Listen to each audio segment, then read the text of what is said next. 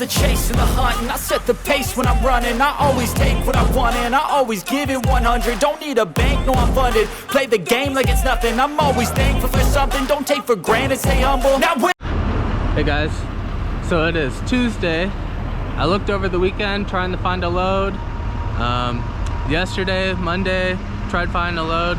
The rates have dropped, and I don't know if that's they're dropping because of fuel mileage or gas prices are dropping.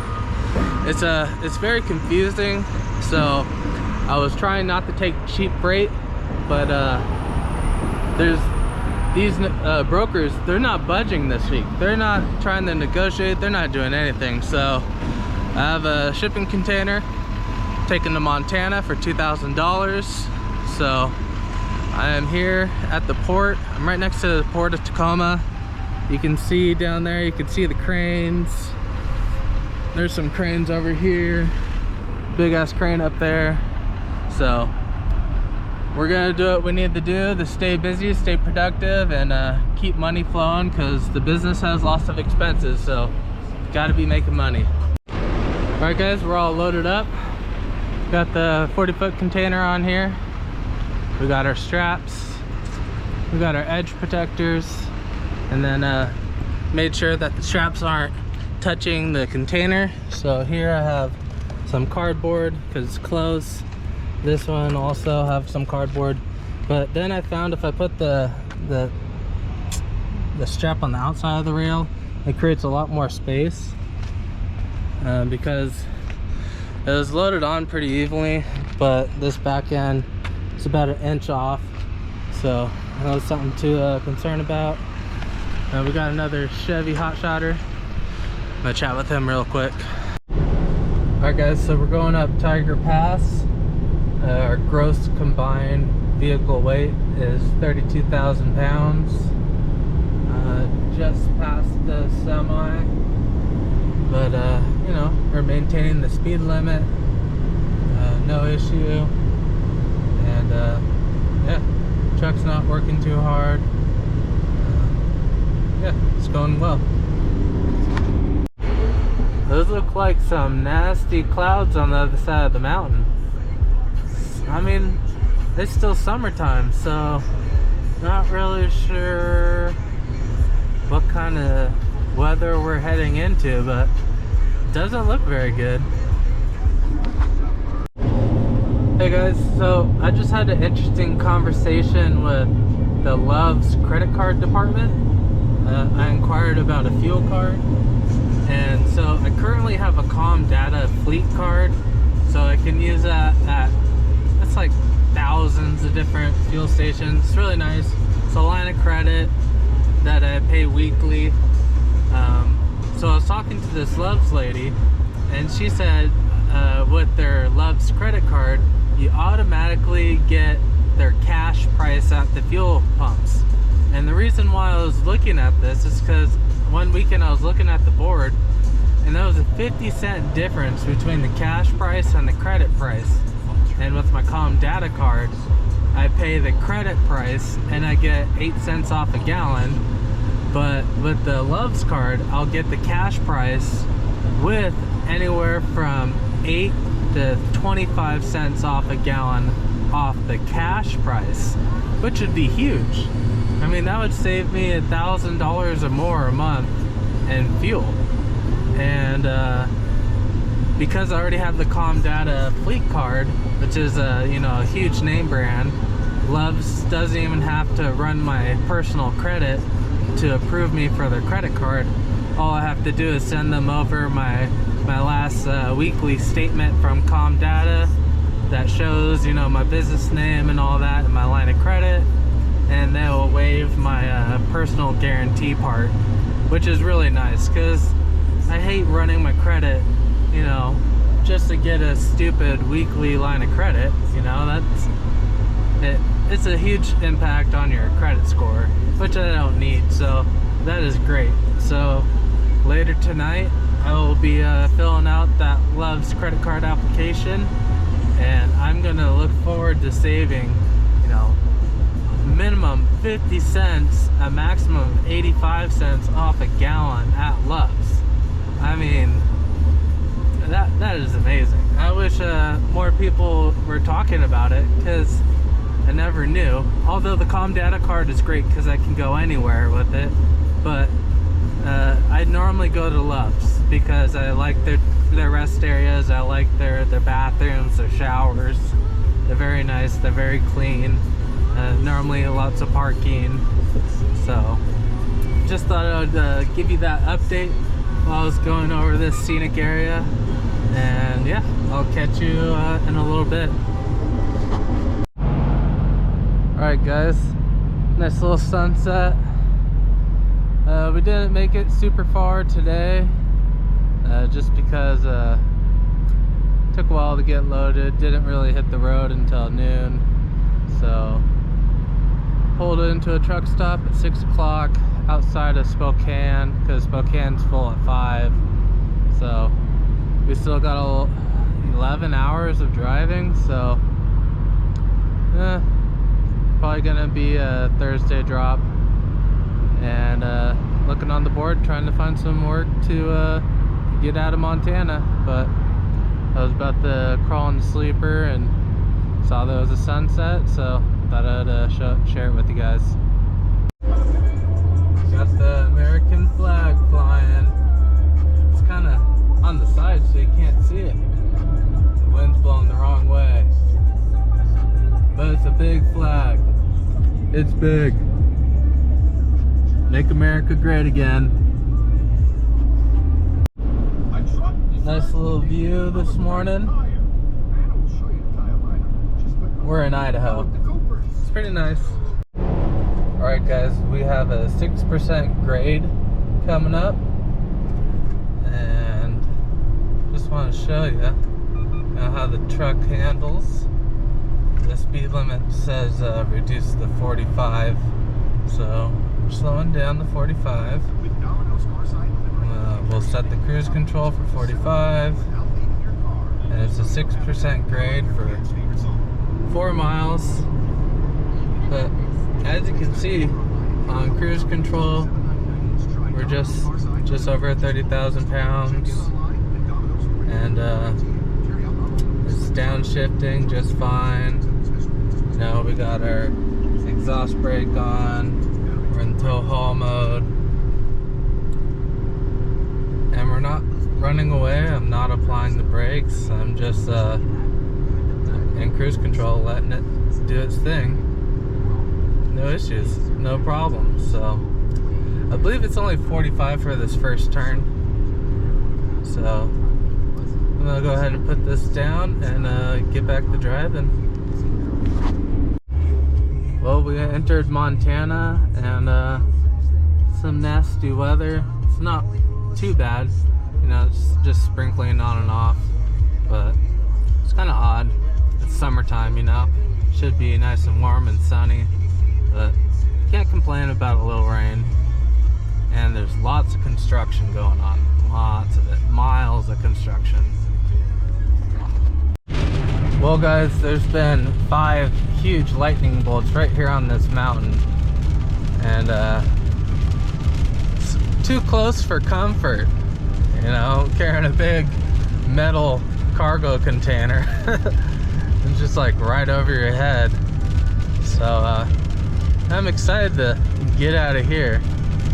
So I was thinking maybe we might catch one, but I think it's behind us now. So one thing I just realized is when the lights are on auto, if the wiper blades are on, the lights turn on. In my Infinity, that doesn't happen. So I really like that, because if the wipers are on, that means it's raining, and you should at least have like your parking lights on or something. I mean, because visibility gets worse because it's raining. So I just realized that's a feature on the truck, and I really like it. And we're cruising. Speed limit 70 miles an hour. Cars are going 80. So got out of that storm, and hopefully it's smooth sailing from here. Well, we're in Montana. Got this nice view coming down this mountain pass. I guess it's a 6% grade for 6 miles. So they have us going 45 miles an hour, which seems a little ridiculous. I mean, even the semi-trucks aren't obeying this truck speed limit. It's kind of crazy. It's super slow, but just a second ago, before I pulled off and filled up my fuel tank from my auxiliary tank, there was, the first time I seen it, it was a motor service or motor carrier service patrol vehicle that passed me going up the hill. So made sure that I did the truck speed going down the hill, because he's just right up in front of me, and who knows, I mean, if he's a patrol vehicle, he could just be sitting here waiting for a semi truck not to be obeying the truck speed limit and get you with the citation. They did have a runaway ramp, so I'm assuming they've had issues with this hillside, but it looks like we're at the bottom now. Alright guys, we're making our final leg into oh man, I forgot where we're going. Billings, Montana. And I don't know, the clouds in the sky look kind of cool, so thought I'd show you the scenery. It's pretty nice out here. Last night was pretty tough. That thunderstorm from earlier yesterday caught up, and that was huge lightning, thunder, hail, rain for like 3 hours. This is kind of annoying. Made it tough to sleep because it didn't stop until like 1 a.m. But yeah, we're gonna drop this off today. So guys, I got stopped at my first scale station, and I went in, brought in all my paperwork. Luckily no inspection. He said he didn't see my IFTA sticker, but it's right next to my truck number on my front fender. But super cool. He just checked my cab card, checked my IFTA paperwork to make sure that actually I'm enrolled in IFTA, because he didn't see the sticker, and that was it. So I'm gonna keep on pushing. And I just got a call from the broker that I'm running this load on, and he said he's got a round trip for me. So I'm gonna pick up over here in Billings. Well, I'm not sure of the location, but somewhere in here close to Montana, in Montana. Picking up some gates, bringing them to Seattle, and then picking up a storage container from Seattle and bringing it back to Montana. So should be a good thing. All right, well, they had to double team this guy. They don't have a big forklift, so pretty interesting. These guys are pretty cool, nice to work with. Very interesting stuff. So we're taking some automated gates with barbed wire on top, and this is going to the port of Tacoma. So security gates, who knew? All right guys, so this load, pretty interesting. So we got 2 gates, and they built custom cribbing. So there's a custom cribbing for these and carpet over it to protect the paint. And then he's taking measurements to create some cribbing up here, so when we strap them, they don't bend in or get offset, because this actually tilts up.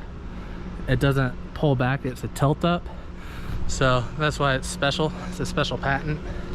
Then you can see they built some cribbing down here, so when I throw a strap over the bottom part, it won't move, and it'll be nice and tight, and all this will stay straight. It won't get bent or cockeyed. And then we'll have some more cribbing up here. So it's taking a little bit longer. It's not exactly a strap and go, but my broker kind of messed up on my rate for my rate con, so it's giving me time for him to get that fixed. And honestly, it's a nice day, so I'm not tripping. Plus, I'd rather make sure that they do everything they need to do to secure this so it doesn't get damaged, instead of me showing up and it's bent or paint chipped or something, and these guys freak out and don't want to pay me, or I have to use my insurance to cover it. So take your time, and plus he's helping me strap it up and everything, so it's not too bad. Alright guys, so recap on that storage container. I paid $2,000 at a total of 860 miles, I believe it was. averaged about 6.5 miles per gallon, and I made about $2.34 a mile. And so it's not good.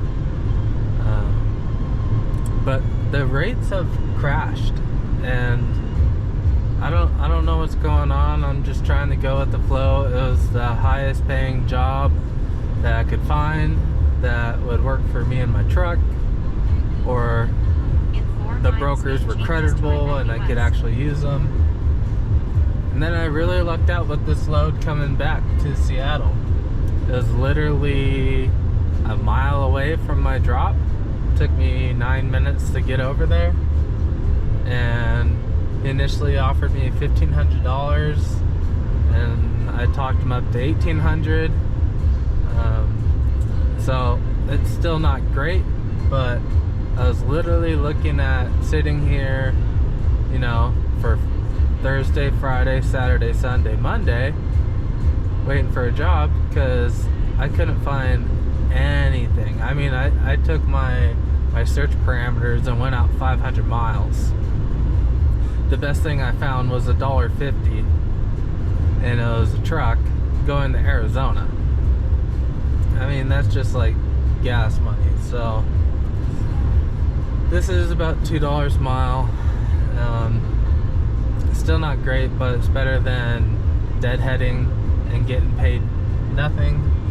And then I was also able to line up another storage container coming back here, and then this to the same place, and hopefully there's another gate, because this manufacturer, they had like probably 10 or 12 gate systems completed, ready to be shipped. So it looks like they're always shipping stuff. So hopefully I can get something out of there. Heading somewhere. I mean, Oregon, Idaho, Washington, California, any of those areas would be great. But if not, I mean, I am down to travel and, you know, see the rest of the United States. But yeah, thought I'd give you that quick little recap while we got this scenic view, and I'll catch you guys later.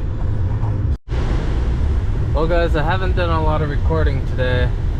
Been a little stressed out about trying to make it home with the hours I have on the clock. You know, because you have 11 hours of drive time every day. The GPS in the morning said it was a 10-hour drive. And you know, there's traffic and all these other factors that can play in. So I'm just hoping everything works out. So I can get home and reset at home, because I don't want to reset at a gas station or, you know, a truck stop when I'm so close to home. So that's kind of my day. Also, one of the straps on the gate has been giving me issues. It keeps falling off the wood brace that they put up there. It's come off 4 times, so been sore in my back today, you know. It's been very annoying, but thought the sky looked pretty cool. It's a little smoky or hazy. Looks like some pinkish over the clouds. So thought I'd give you an update, let you know how my day's been going, and yeah, I'll let you know if anything else comes up. I'm also a little stressed out because I think I'm a little overweight on the rear tire. Every scale I've gone over, they haven't said anything or questioned me. I'm allowed, at least a DOT officer in Washington told me, I'm allowed to go up to the capacity of what the tires are rated for. And the tires are rated for 11,500 in the back, and I believe the axle's like 10,500, something like that. And I think we're like at 11 from what I've seen going over 4 DOT scale houses. So that has me a little stressed out. So like, I'm not running a full tank of fuel I'm trying to run the bare minimum amount of fuel to keep the weight down, so I don't run into any issues. So yeah, it's unfortunate those gates, all the weight is in that big metal box. The gate itself doesn't weigh anything because it's aluminum, so all the weight seems to be sitting right on the truck bed instead of on the trailer. The other option would have been to load it, like flip it around, put the heavy end over the axles, but the shipper didn't want to do that because over my axles I have those metal skid plates. There's some kind of metal bracket for like loading equipment and stuff over the wheel well, and they didn't want to have the metal box sitting on that metal because it could slide around and move around easier, and they wanted to put it on the wood so it had friction so it wouldn't move around, and it hasn't moved. I haven't even had to retighten the straps over the main portion. It's just this one strap on the gate where the strap's not exactly straight and aligned with the piece of wood it's applying down pressure on. It's kind of at an angle a little bit because the gates didn't get lined up absolutely perfect. They're like an inch off, or inch offset of each other. Thought they were close enough, but no. After 200 miles it came off, and then I redid it, held for another 200 miles, and then after that it seemed like it kept coming off like every 20 miles. I think I got it fixed, kind of got it hooked around, and I got some bungees on it as well to try to apply some down pressure so it doesn't like wiggle out or slip out. I'll show you guys when I get stopped for the day, the strap that I'm talking about. But yeah, it's been a pain, and yeah, it's been a long day, a lot of driving. This is probably the most driving I have actually done in one day, so it's all new for me. Alright guys, it's Saturday. Just got back from church, and at Jiffy Lube getting an oil change and a fuel filter.